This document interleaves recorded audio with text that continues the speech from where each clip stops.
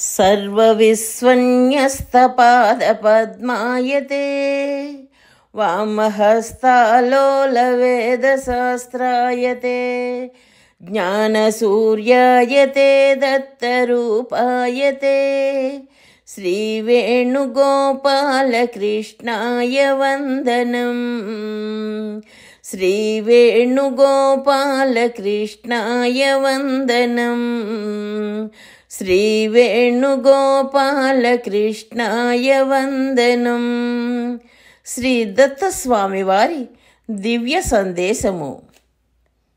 నిష్కామ సేవ మొదటి భాగము. ఆంజనేయుల వారి దివ్యతత్వము ఏమి? 29/10/2001 శ్రీ దత్తస్వామి వారు ఇచ్చిన దివ్య సందేశము.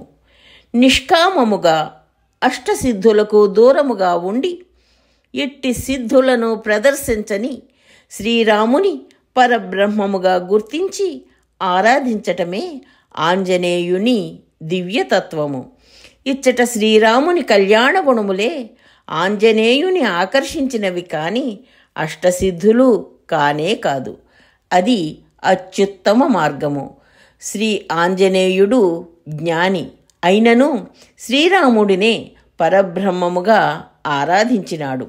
ఆయన ఎట్టి అష్టసిద్ధులను ప్రదర్శించకపోయినను శ్రీరాముడినే సేవించినాడు. అదే శ్రీకృష్ణ భగవానుడు అష్టసిద్ధులను ప్రదర్శించినను శ్రీ హనుమంతుల వారు ఆయనను అంగీకరించలేదు. శ్రీ హనుమంతుల వారికి పరబ్రహ్మమైన శ్రీరామచంద్ర ప్రభువు ఆలింగనమునొసగి భవిష్యత్ బ్రహ్మగా అనుగ్రహించినారు. బ్రహ్మ విష్ణు శివ రూపములు ప్రసాదించినారు. ఆ మార్గము చాలా అత్యున్నతమైనది కనుక శిష్యులారా, ఆ మార్గమునే అనుసరించుడు. అష్టసిద్ధులను సాక్షాత్కారములను కోరకుడు. వాని వల్ల ప్రయోజనమేమి? ఈర్ష్య అసూయలను విడనాడుడు. అనసూయలు కండు అత్రులు కండు మీ సేవలను దత్తప్రభువు స్వీకరించుచున్నారు గదా. మిమ్ము కంటికి రెప్పవలే కాపాడుచున్నారు గదా. సాక్షాత్కారము కన్నా అనుగ్రహమే ముఖ్యము. వారికి దర్శనము లభించినది, వీరికి దర్శనములగుచున్నవి.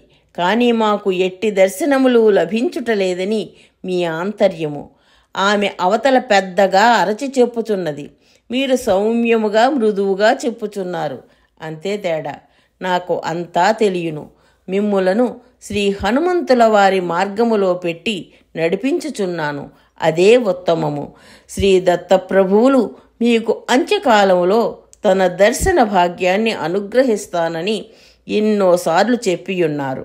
అంత్యకాలములో స్వామి దర్శనము అమోఘము. అది ఉత్తమ స్థితికి కారణమవుతుంది. అట్లు కాక ఇప్పుడు అయ్యే దర్శనము వల్ల ఎట్టి ప్రయోజనము లేదు. తెలుసుకోండి. ఈ క్షణములో దివ్య దర్శనము అనుగ్రహించగలను. అంత్యకాలములో అనుగ్రహించబడే దివ్య దర్శనము వదులుకొని ఆ దర్శనాన్ని ఇప్పుడే కోరుకుంటే అంత్యకాలములో ఆ దివ్య దర్శనాన్ని కోల్పోయినట్లే గదా. కనుక ప్రియ శిష్యులారా, మిమ్ము శ్రీ ఆంజనేయుని పదములో నడిపిస్తున్నాను. అత్రి అనసూయలుగా శ్రీ ఆంజనేయుని పదములో పయనించి తరించండి. సూచన: ఆధ్యాత్మిక జ్ఞాన ప్రచారము చేయడము భగవంతుడికి అమితమైన ఆనందాన్ని కలిగిస్తుందని శ్రీకృష్ణ పరమాత్మ శ్రీమద్ భగవద్గీతలో చెప్పియున్నారు. అందుకే జ్ఞాన యజ్ఞేన తేనాహం అని గీతలో అన్నారు.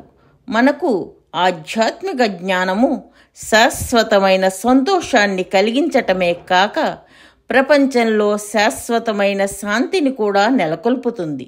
కాబట్టి శ్రీదత్త భగవానుని అపూర్వమైన ఈ ఆధ్యాత్మిక జ్ఞాన ప్రచారంలో భాగస్వాములై ఆ భగవంతుని పరిపూర్ణమైన అనుగ్రహాన్ని పొందగలరు.